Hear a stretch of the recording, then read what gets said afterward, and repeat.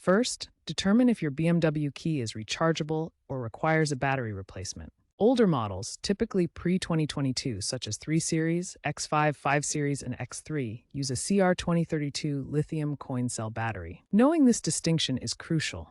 If your key has a charging port or wirelessly charges, it's rechargeable. Otherwise, you'll likely need a CR2032 battery.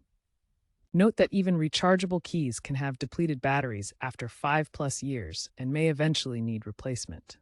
If your BMW is post-2023, the key might require a dealership reset after a battery change due to anti-theft encryption. For keys using a CR2032 battery, start by gathering a new CR2032 battery, a plastic pry tool, and a soft cloth. Flip the key over and locate the small slot or seam to pry open the back cover using the plastic tool. Gently remove the old battery with a non-conductive tool, noting the correct polarity with positive side up. Insert the new battery with the positive side facing the contacts. Snap the cover back on and test the key's functions, like locking and unlocking. For rechargeable keys, plug the key into a USB-C port or place it on a wireless charging pad. Charging indicators like LEDs or app notifications will show status.